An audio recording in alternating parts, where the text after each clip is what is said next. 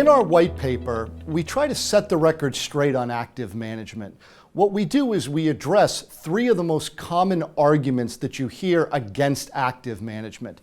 The first one is kind of an empirical argument, this idea that on average active managers haven't outperformed. And we show that over time, it's really a much more mixed record. Depends on where and when and which time periods. The second argument you often hear is that active managers can't outperform. This idea that alpha is a zero-sum game, therefore active managers have to underperform. We really debunk that as well, given the way that active management is measured. And the third argument you often hear is that even if you had managers that could outperform, they'd be very difficult to identify in advance. And we think this isn't the needle in the haystack exercise that it's made out to be. There are lots of variables that can help managers, help investors identify managers who can outperform. So the first argument that we address is that active managers on average don't outperform their indexes. We think this is really misleading. It turns out that in various asset classes and categories, some active managers are doing very well, and in some categories they're not.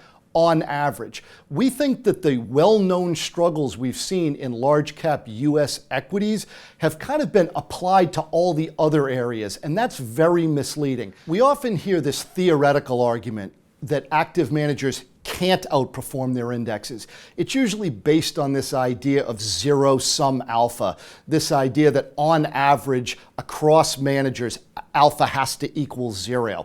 Well, while that might be true in aggregate, there's lots of ways, given the way that we measure active managers, that math doesn't really apply. So remember, when we're measuring alpha, and it is a zero-sum game, that's on all assets across all the securities. But it turns out that what we're actually measuring when we measure the success or failure of active managers is the percentage of managers who outperformed or underperformed. Those two things don't have to line up. We often hear the argument that even if the average active manager could outperform, they'd be very difficult to identify in advance. We don't believe this is really true. We don't think it's this needle in a haystack process in terms of finding a manager who's more likely to outperform.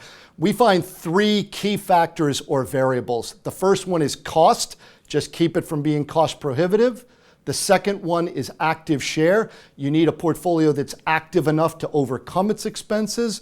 And the third one is this idea of being patient, not creating too much turnover, too many additional costs or fees that you have to overcome. So if you can contain cost, if you run a sufficiently actively portfolio and you don't turn that portfolio over too much, generating excessive fees, you'll give yourself a much better chance at finding a manager who can outperform the index.